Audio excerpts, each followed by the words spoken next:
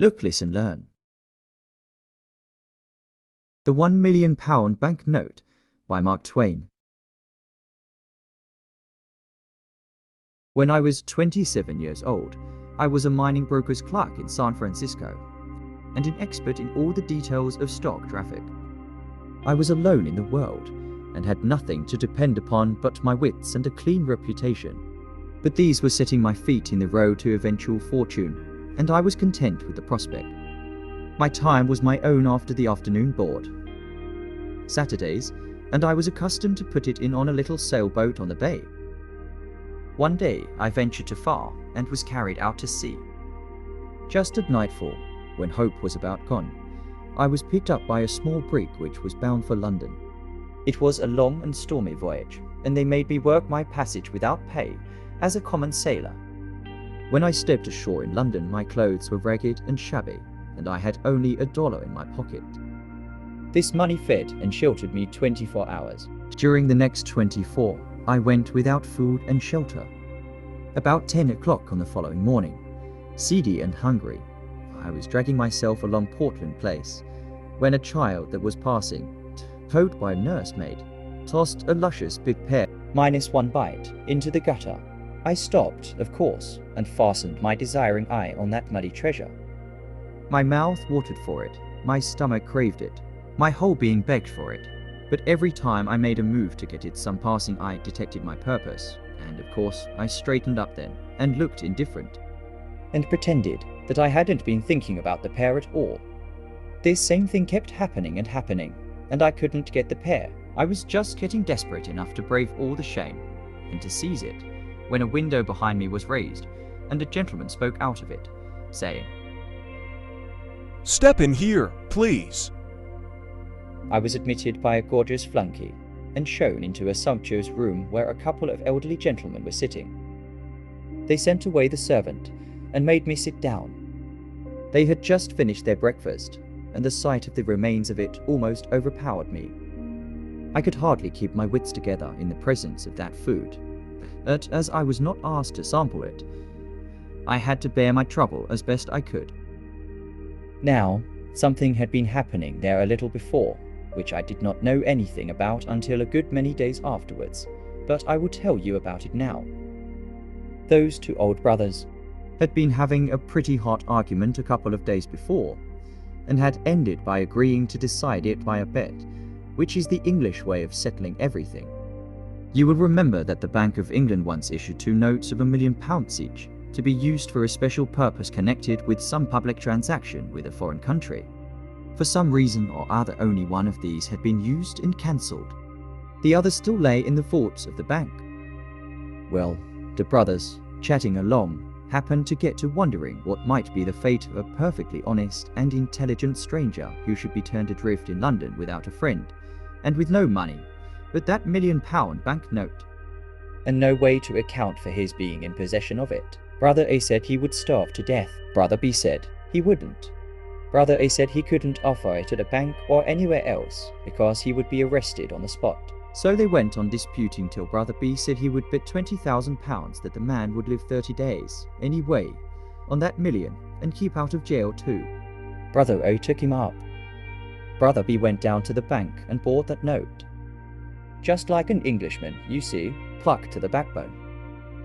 Then he dictated a letter, which one of his clerks wrote out in a beautiful round hand, and then the 2 brothers sat at the window a whole day watching for the right man to give it to. They saw many honest faces go by that were not intelligent enough. Many that were intelligent, but not honest enough. Many that were both, but the possessors were not poor enough, or, if poor enough, were not strangers.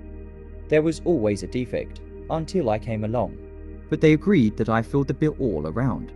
So they elected me unanimously, and there I was now waiting to know why I was called in. They began to ask me questions about myself, and pretty soon they had my story. Finally, they told me I would answer their purpose. I said I was sincerely glad, and asked what it was. Then one of them handed me an envelope, and said I would find the explanation inside. I was going to open it, but he said no. Take it to my lodgings, and look it over carefully, and not be hasty or rash. I was puzzled and wanted to discuss the matter a little further, but they didn't. So I took my leave, feeling hurt and insulted to be made the butt of what was apparently some kind of a practical joke, and yet obliged to put up with it, not being in circumstances to resent affronts from rich and strong folk. I would have picked up the pear now and eaten it before all the world, but it was gone, so I had lost that by this unlucky business, and the thought of it did not soften my feeling towards those men. As soon as I was out of sight of that house, I opened my envelope and saw that it contained money. My opinion of those people changed, I can tell you. I lost not a moment, but shoved note and money into my vest pocket and broke for the nearest cheap eating house. Well, how I did eat. When at last I couldn't hold any more, I took out my money and unfolded it, took one glimpse and nearly fainted. $5 million. Why? It made my head swim.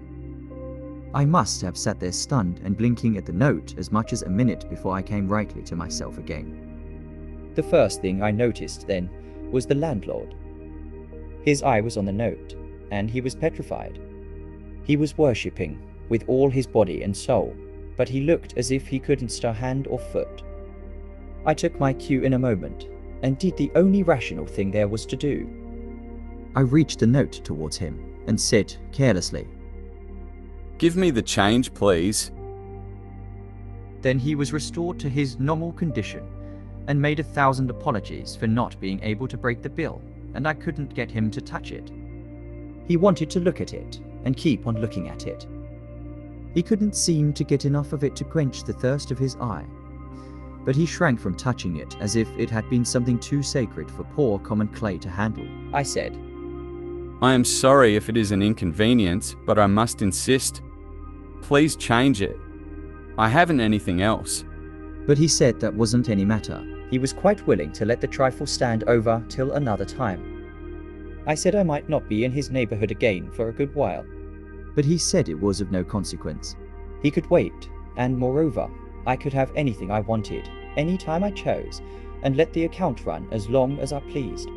He said he hoped he wasn't afraid to trust as rich a gentleman as I was, merely because I was of a merry disposition, and chose to play larks on the public in the matter of dress. By this time another customer was entering, and the landlord hinted to me to put the monster out of sight. Then he bowed me all the way to the door, and I started straight for that house and those brothers, to correct the mistake which had been made before the police should hunt me up and help me do it. I was pretty nervous, in fact, pretty badly frightened though, of course, I was nowhere in fault.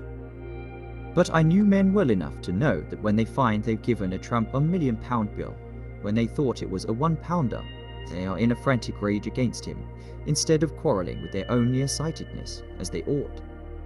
As I approached the house, my excitement began to abate, for all was quiet there, which made me feel pretty sure the blunder was not discovered yet. I rang. The same servant appeared. I asked for those gentlemen. They are gone. This in the lofty, cold way of that fellow's tribe. Gone? Gone where? On a journey.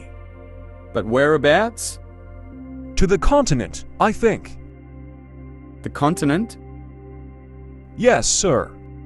Which way, by what route? I can't say, sir. When will they be back? In a month. They said. A month? Oh, this is awful. Give me some sort of idea of how to get a word to them. It's of the last importance. I can't, indeed. I've no idea where they've gone, sir. Then I must see some member of the family. Family's away, too.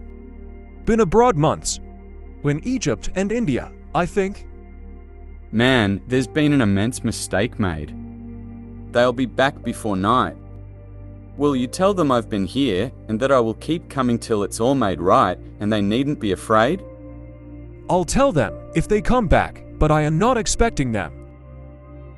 They said you would be here in an hour to make inquiries.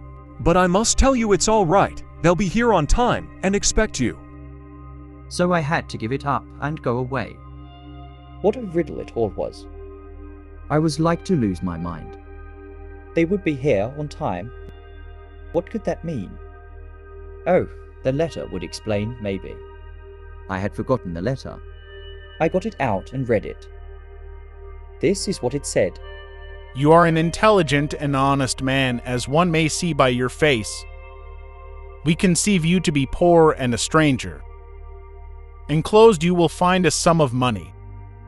It is lent to you for 30 days without interest. Report at this house at the end of that time. I have a bet on you. If I win it, you shall have any situation that is in my gift, any, that is, that you shall be able to prove yourself familiar with and competent to fill. No signature, no address, no date. Well, here was a quill to be in. You are posted on what had preceded all this, but I was not. It was just a deep, dark puzzle to me. I hadn't the least idea what the game was, nor whether harm was meant me or a kindness. I went into a park and sat down to try to think it out and to consider what I had best do. At the end of an hour, my reasonings had crystallized into this verdict. Maybe those men mean me well, maybe they mean me ill. No way to decide that let it go. They've got a game, or a scheme, or an experiment of some kind on hand. No way to determine what it is let it go. There's a bet on me. No way to find out what it is let it go. That disposes of the indeterminable quantities. The remainder of the matter is tangible, solid, and may be classed and labelled with certainty. If I ask the Bank of England to place this bill to the credit of the man it belongs to, they'll do it, for they know him, although I don't. But they will ask me how I came in possession of it, and if I tell the truth, they'll put me in the asylum, naturally, and a lie will land me in jail. The same result would follow if I tried to bank the bill anywhere or to borrow money on it. I have got to carry this immense burden around until those men come back, whether I want to or not. It is useless to me, as useless as a handful of ashes, and yet I must take care of it and watch over it while I bake my living. I couldn't give it away if I should try, for neither honest citizen nor highwayman would accept it or meddle with it for anything. Those brothers are safe. Even if I lose their bill or burn it, they are still safe because they can stop payment and the bank will make them whole. But meantime, I've got to do a month's suffering without wages or profit. Unless I help win that bet, whatever it may be, and get the situation that I am promised. I should like to get that. Men of their sort have situations in their gift that are worth having. I got to thinking a good deal about that situation. My hopes began to rise high. Without doubt the salary would be large. It would begin in a month. After that, I should be all right. Pretty soon, I was feeling first rate. By this time, I was tramping the streets again. The sight of a tailor shop gave me a sharp longing to shed my rags and to clothe myself decently once more. Could I afford it? No, I had nothing in the world but £1,000,000. So I forced myself to go on by. But soon I was drifting back again. The temptation persecuted me cruelly. I must have passed that shop back and forth 6 times during that manful struggle. At last I gave in. I had to. I asked if they had a misfit suit that had been thrown on their hands. The fellow I spoke to nodded his head towards another fellow, and gave me no answer. I went to the indicated fellow, and he indicated another fellow with his head, and no words. I went to him, and he said, "Tend to you presently." I waited till he was done with what he was at. Then he took me into a back room, and overhauled a pile of rejected suits, and selected the rattiest one for me. I put it on. It didn't fit, and wasn't in any way attractive, but it was new, and I was anxious to have it. So I didn't find any fault, but said with some diffidence, It would be an accommodation to me if you could wait some days for the money. I haven't any small change about me. The fellow worked up a most sarcastic expression of countenance, and said, "Oh, you haven't? Well, of course.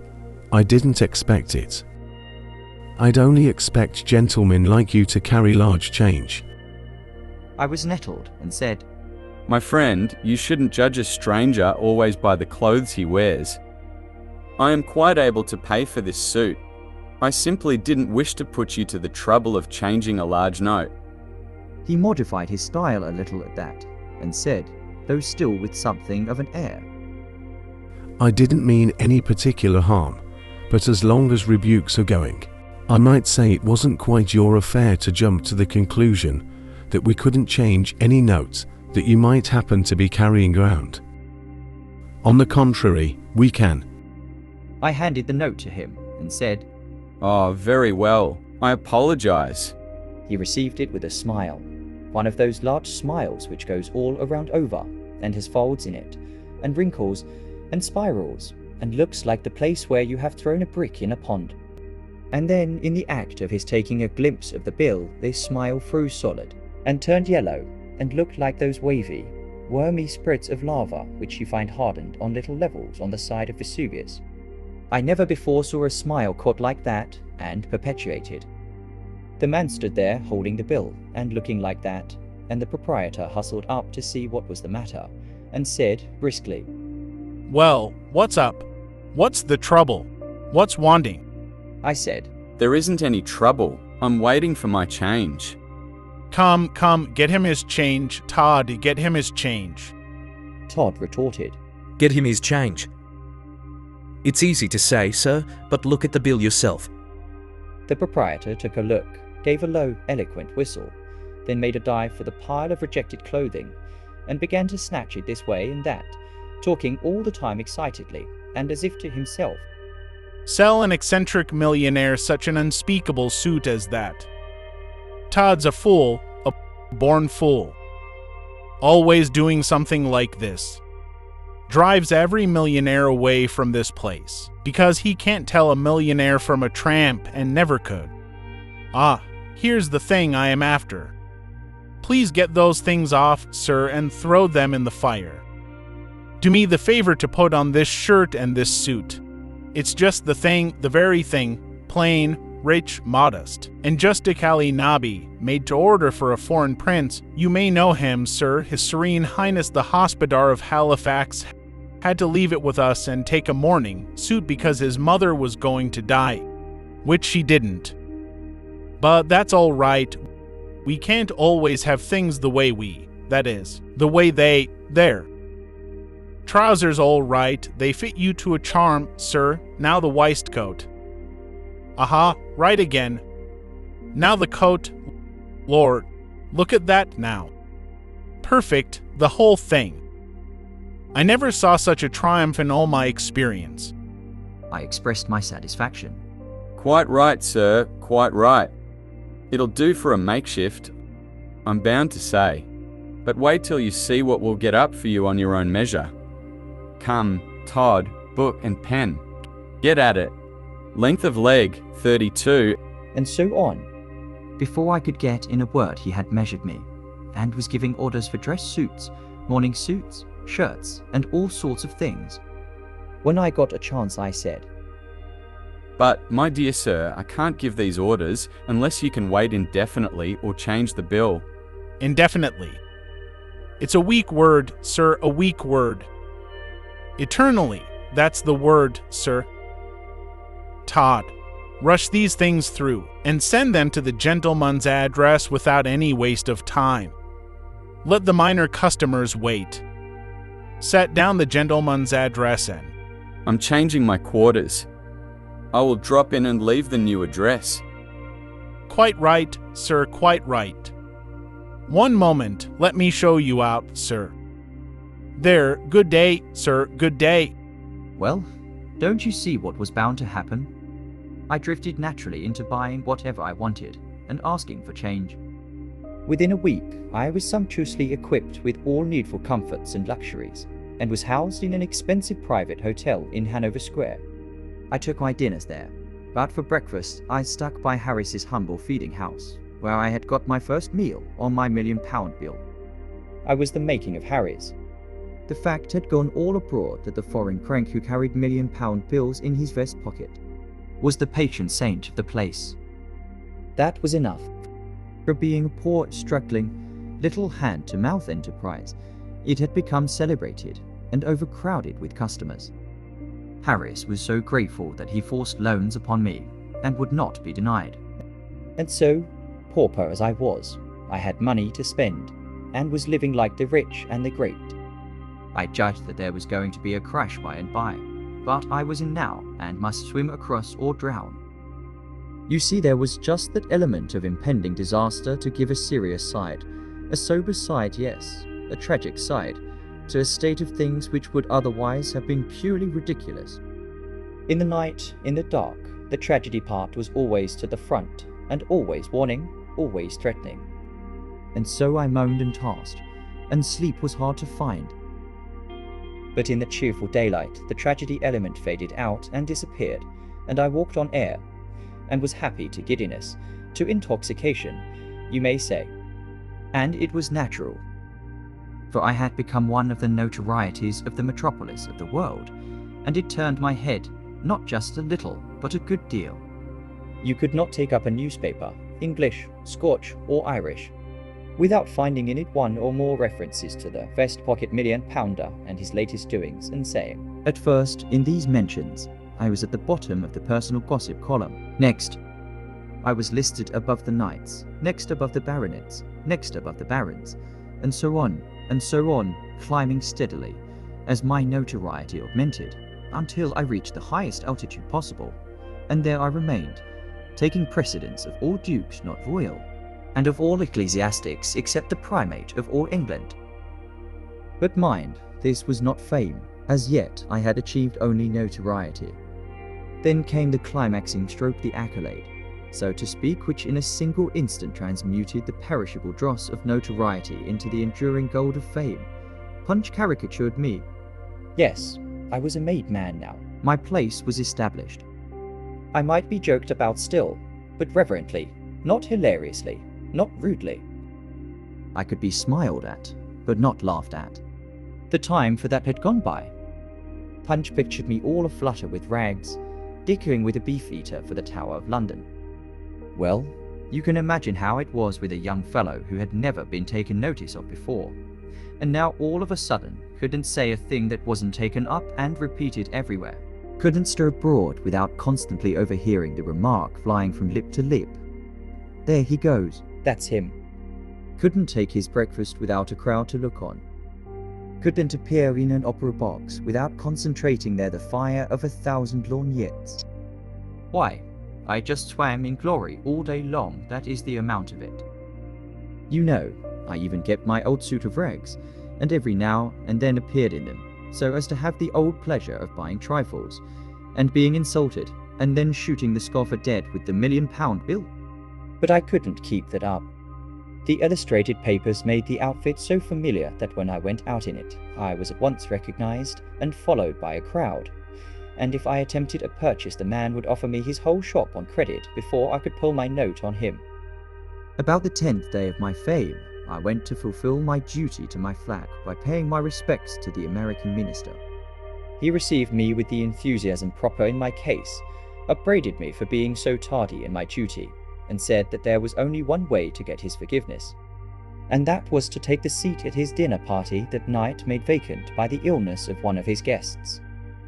I said I would, and we got to talking. It turned out that he and my father had been schoolmates in boyhood, Yale students together later, and always warm friends up to my father's death.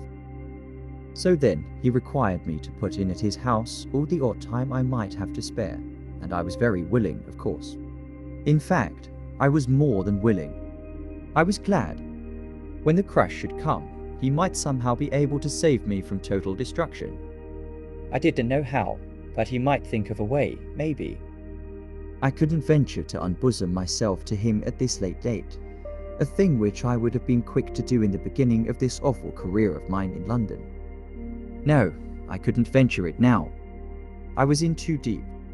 That is, too deep for me to be risking revelations to so new a friend. That is, too deep for me to be risking revelations to so new a friend, though not clear beyond my depth as I looked at it.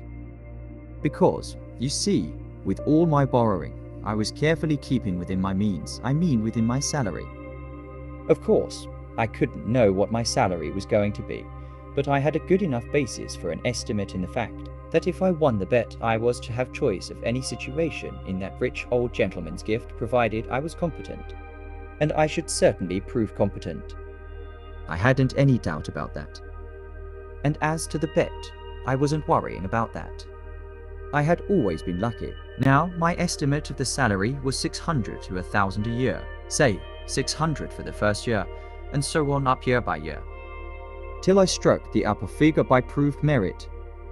At present, I was only in debt for my first year's salary. Everybody had been trying to lend me money, but I had thought of the most of them on one pretext or another. So this indebtedness represented only £300 borrowed money. The other £300 represented my keep and my purchases. I believed my second year's salary would carry me through the rest of the month if I went on being cautious and economical, and I intended to look sharply out for that. My month ended, my employer back from his journey. I should be all right once more, for I should at once divide the 2 years' salary among my creditors by assignment, and get right down to my work. It was a lovely dinner party of 14. The Duke and Duchess of Shoreditch, and their daughter the Lady and Grace Eleanor Celeste, and so forth de Bohun, the Earl and Countess of Newgate, Viscount Cheapside, Lord and Lady Blatherskite, some untitled people of both sexes, the minister and his wife and daughter, and his daughter's visiting friend, an English girl of 22, named Portia Langham, whom I fell in love with in 2 minutes. And she with me, I could see it without glasses. There was still another guest, an American, but I am a little ahead of my story. While the people were still in the drawing room, wetting up for dinner, and coldly inspecting the late comers, the servant announced, Mr. Lloyd Hastings. The moment the usual civilities were over, Hastings caught sight of me, and came straight with cordially outstretched hand, then stopped short when about to shake, and said, with an embarrassed look, I beg your pardon, sir. I thought I knew you. Why, you do know me, old fellow. No. Are you the Vest pocket monster? I am, indeed. Don't be afraid to call me by my nickname. I'm used to it. Well, this is a surprise. Once or twice I've seen your own name coupled with the nickname, but it never occurred to me that you could be the Henry Adams referred to. Why, it isn't 6 months since you were clerking away for Blake Hopkins in Frisco, on a salary, and sitting up nights on an extra allowance, helping me arrange and verify the Gould and Curry extension papers and statistics. The idea of your being in London, and a vast millionaire, and a colossal celebrity. Why, it's the Arabian Nights come again. Man, I can't take it in at all. Can't realize it. Give me time to settle the whirl in my head. The fact is, Lloyd, you are no worse off than I am. I can't realize it myself. Dear me, it is stunning. Now isn't it? Why, it's just 3 months today since we went to the Miners' Restaurant. No, the what cheer? Right, it was the what cheer. Went there at 2 in the morning, and had a chop and coffee after a hard 6 hours grind over those extension papers, and I tried to persuade you to come to London with me, and offered to get leave of absence for you, and pay all your expenses, and give you something over if I succeeded in making the sale. And you would not listen to me, said I wouldn't succeed. And you couldn't afford to lose the run of business and be no end of time getting the hang of things again when you got back home. And yet here you are. How odd it all is. How did you happen to come, and whatever did give you this incredible start? Oh, just an accident. It's a long story, a romance, a body may say. I'll tell you all about it, but not now. When? The end of this month. That's more than a fortnight yet. It's too much of a strain on a person's curiosity. Make it a week. I can't. You'll know why by and by. But how's the trade getting along? His cheerfulness vanished like a breath, and he said with a sigh, You were a true prophet, Hal, a true prophet. I wish I hadn't come. I don't want to talk about it. But you must come and stop with me tonight when we leave here and tell me all about it. Oh, may I? Are you in earnest? And the water showed in his eyes. Yes, I want to hear the whole story, every word. I'm so grateful. Just to find a human interest once more, in some voice and in some eye, in me and affairs of mine. After what I've been through here, Lord, I could go down on my knees for it. He gripped my hand hard and braced up, and was all right and lively after that for the dinner, which didn't come off. No, the usual thing happened. The thing that is always happening under that vicious and aggravating English system. The matter of precedence couldn't be settled, and so there was no dinner. Englishmen always eat dinner before they go out to dinner, because they know the risks they are running. But nobody ever warns the stranger, and so he walks placidly into trap.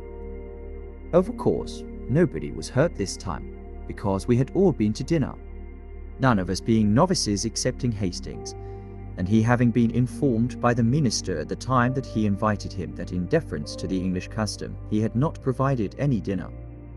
Everybody took a lady and procession down to the dining room, because it is usual to go through the motions. But there the dispute began. The Duke of Shoreditch wanted to take precedence and sit at the head of the table, holding that he outranked a minister who represented merely a nation and not a monarch. But I stood for my rights and refused to yield. In the gossip column, I ranked all dukes not royal and said so, and claimed precedence of this one. It couldn't be settled, of course, struggle as we might and did, he finally and injudiciously trying to play birth and antiquity, and I seeing his conqueror and raising him with Adam, whose direct posterity I was, as shown by my name, while he was of a collateral branch, as shown by his, and by his recent nomen origin. So we all processioned back to the drawing room again, and had a perpendicular lunch. Plate of sardines and a strawberry, and you group yourself and stand up and eat it. Here the religion of precedence is not so strenuous. The two persons of highest rank chuck up a shilling, the one that wins has first go at his strawberry, and the loser gets the shilling. The next to chuck up, then the next two, and so on. After refreshment, tables were brought, and we all played cribbage, 6pence a game. The English never play any game for amusement. If they can't make something or lose something, they don't care which they won't play. We had a lovely time, certainly two of us had, Miss Langham and I. I was so bewitched with her that I couldn't count my hands if they went above a double sequence, and when I struck home I never discovered it, and started up the outside row again, and would have lost the game every time, only the girl did the same, she being in just my condition, you see? And consequently neither of us ever got out, or cared to wonder why we didn't. We only just knew we were happy, and didn't wish to know anything else, and didn't want to be interrupted. And I told her I did, indeed told her I loved her, and she blushed till her hair turned red, but she liked it, she said she did. Oh, there was never such an evening. Every time I pegged I put on a postscript. Every time she pegged she acknowledged receipt of it, counting the hands the same. Why, I couldn't even say 2 for his heels without adding, my, how sweet you do look. And she would say, 15-2, 15-4, 15-6, and a pair are 8, and 8 are 16 do I think so, peeping out a slant from under her lashes, you know, so sweet and cunning. Oh, it was just 2-2. Well, I was perfectly honest and square with her. Told her I hadn't a cent in the world, but just the £1 million note he'd heard so much talk about, and it didn't belong to me, and that started her curiosity. And then I talked low and told her the whole history right from the start, and it nearly killed her laughing.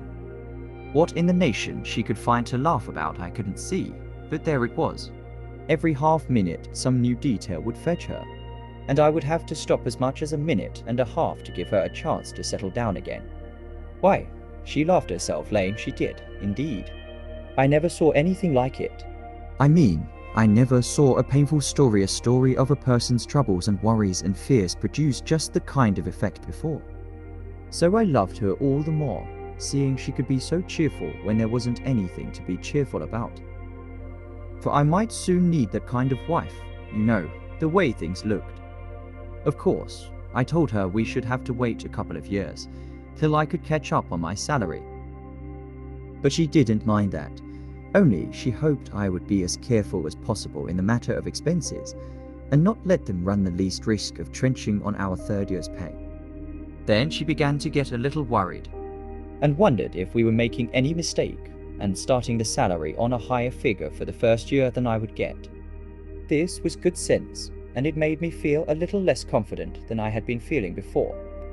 But it gave me a good business idea, and I brought it frankly out.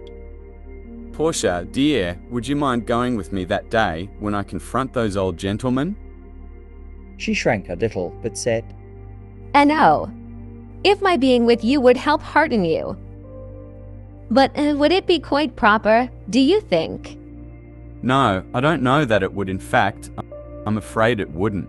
But you see, there's so much dependent upon it that... Then I'll go anyway, proper or improper. she said with a beautiful and generous enthusiasm. Oh, I shall be so happy to think I'm helping. Helping, dear? Why, you'll be doing it all. You're so beautiful and so lovely and so winning that with you there I can pile our salary up till I break those good old fellows and they'll never have the heart to struggle. Sho, you should have seen the rich blood mount, and her happy eyes shine. You wicked flatterer. There isn't a word of truth in what you say, but still I'll go with you. Maybe it will teach you not to expect other people to look with your eyes. Were my doubts dissipated? Was my confidence restored? You may judge by this fact. Privately, I raised my salary to 1,200 the first year on the spot. But I didn't tell her. I saved it for a surprise. All the way home I was in the clouds, Hastings talking, I not hearing a word. When he and I entered my parlour, he brought me to myself with his fervent appreciations of my manifold comforts and luxuries. Let me just stand here a little and look my fill. Dear me, it's a palace, it's just a palace. And in it everything a body could desire, including cozy coal, fire and supper standing ready. Henry, it doesn't merely make me realize how rich you are, it makes me realize to the bone, to the marrow, how poor I am, and how miserable, how defeated, rooted, annihilated. Play take it. This language gave me the cold shudders. It scared me broad awake, and made me comprehend that I was standing on a half-inch crust with a crater underneath. I didn't know I had been dreaming, that is. I hadn't been allowing myself to know it for a while back. But now, oh, dear. Deep in debt, not a cent in the world. A lovely girl's happiness or woe in my hands, and nothing in front of me but a salary which might never would never materialize. Oh, I am ruined past hope. Nothing can save me. Henry, the mere unconsidered drippings of your daily income would. Oh, my daily income! Here, down with this hot scotch and cheer up your soul. Here's with you. Or no, if you're hungry, sit down and... Not a bite for me. I'm past it. I can't eat these days, but I'll drink with you till I drop. Come. Barrel for barrel, I'm with you. Ready. Here we go. Now then, Lloyd, unreel your story while I brew. Unreel it? What again? Again. What do you mean by that? Why, I mean, do you want to hear it over again? Do I want to hear it over again? This is a puzzler. Wait, don't take any more of that liquid. You don't need it. Look here, Henry, you alarm me. Didn't I tell you the whole story on the way here? You? Yes, I'll be hanged if I heard a word of it. Henry, this is a serious thing. It troubles me. What did you take up yonder at, though? Ministers? Then it all flashed on me, and I owned up like a man. I took the dearest girl in this world prisoner. So then he came with a rush, and we shook and shook, and shook till our hands ached. And he didn't blame me for not having heard a word of a story which had lasted while we walked 3 miles. He just sat down then, like the patient, good fellow he was, and told it all over again. Synopsized, it amounted to this. He had come to England with what he thought was a grand opportunity. He had an option to sell the Gould and Curry extension for the locators of it, and keep all he could get over $1 million. He had worked hard, had pulled every wire he knew of, had left no honest expedient untried, had spent nearly all the money he had in the world, had not been able to get a solitary capitalist to listen to him, and his option would run out at the end of the month. In a word, he was ruined. Then he jumped up and cried out, Henry, you can save me. You can save me, and you're the only man in the universe that can. Will you do it? Won't you do it? Tell me how. Speak out, my boy. Give me $1 million and my passage home for my option. Don't refuse. I was in a kind of agony. I was right on the point of coming out with the words, Lloyd, I'm a pauper myself, absolutely penniless, and in debt. But a white-hot idea came flaming through my head, and I gripped my jaws together, and calmed myself down till I was as cold as a capitalist. Then I said, in a commercial and self-possessed way, I will save you, Lloyd. Then I'm already saved. God be merciful to you forever. If ever I... Let me finish, Lloyd. I will save you, but not in that way. For that would not be fair to you after your hard work and the risks you've run. I don't need to buy mines.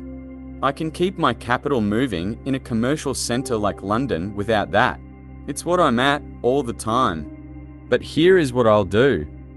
I know all about that mine, of course. I know its immense value and can swear to it if anybody wishes it. You shall sell out inside of the fortnight for 3 million cash, using my name freely, and we'll divide, share and share alike. Do you know, he would have danced the furniture to kindling wood in his insane joy, and broken everything on the place, if I hadn't tripped him up and tied him. Then he lay there, perfectly happy, saying, I may use your name. Your name, I'll think of it. Man, they'll flock in droves, these rich Londoners. They'll fight for that stock. I'm a made man. I'm a made man forever, and I'll never forget you as long as I live. In less than 24 hours, London was abuzz. I hadn't anything to do, day after day, but sit at home and say to all comers, Yes, I told him to refer to me. I know the man, and I know the mine. His character is above reproach, and the mine is worth far more than he asks for it. Meantime, I spent all my evenings at the minister's with Portia. I didn't say a word to her about the mine. I saved it for a surprise. We talked salary, never anything but salary and love. Sometimes love, sometimes salary, sometimes love and salary together. And the interest the minister's wife and daughter took in our little affair, and the endless ingenuities they invented to save us from interruption, and to keep the minister in the dark and unsuspicious. Well, it was just lovely of them. When the month was up at last, I had $1 million to my credit in the London and County Bank, and Hastings was fixed in the same way. Dressed at my level best, I drove by the house in Portland Place. Judged by the look of things that my birds were home again, went on towards the minister's and got my precious, and we started back, talking salary with all our might. She was so excited and anxious that it made her just intolerably beautiful. I said, Dearie, the way you're looking, it's a crime to strike for a salary a single penny under $3,000 a year. Henry, you'll ruin us. Don't you be afraid. Just keep up those looks and trust to me. It'll all come out right. So, as it turned out, I had to keep bolstering up her courage all the way. She kept pleading with me and saying, Oh, please remember that if we ask for too much, we may get no salary at all. And then what will become of us, with no way in the world to earn our living? We were ushered in by that same servant, and there they were, the 2 old gentlemen. Of course, they were surprised to see that wonderful creature with me, but I said, It's all right, gentlemen. She is my future. Stay and help, mate. and I introduced them to her and called them by name. It didn't surprise them. They knew I would know enough to consult the directory. They seated us and were very polite to me and very solicitous to relieve her from embarrassment and put her as much at her ease as they could. Then I said, "Gentlemen, I am ready to report." We are glad to hear it. said my man. For now we can decide the bet which my brother Abel and I made. If you have won for me, you shall have any situation in my gift. Have you the £1,000,000 note? "Here it is, sir." And I handed it to him. I've won. He shouted and slapped Abel on the back. Now what do you say, brother? I say he did survive, and I've lost £20,000. I never would have believed it. "I've a further report to make, I said. and a pretty long one. I want you to let me come soon and detail my whole month's history. And I promise you it's worth hearing. Meantime, take a look at that." What? Man. Certificate of deposit for £200,000. Is it yours? "Mine. I earned it by 30 days judicious use of that little loan you let me have. And the only use I made of it was to buy trifles and offer the bill in change." Come. This is astonishing. It's incredible, man. "Never mind, I'll prove it. Don't take my word unsupported." But now Portia's turn was come to be surprised. Her eyes were spread wide, and she said, Henry, is that really your money? Have you been fibbing to me? "I have indeed, dearie. But you'll forgive me, I know." She put up an arch pout and said, Don't you be so sure. You are a naughty thing to deceive me so. "Oh, you'll get over it, sweetheart, you'll get over it. It was only fun, you know. Come, let's be going." But wait. The situation, you know. I want to give you the situation. said my man. "Well," I said, I'm just as grateful as I can be, but really I don't want one. But you can have the very choicest one in thy gift. Thanks again, with all my heart. But I don't even want that one. Henry, I'm ashamed of you. You don't half thank the good gentleman. May I do it for you?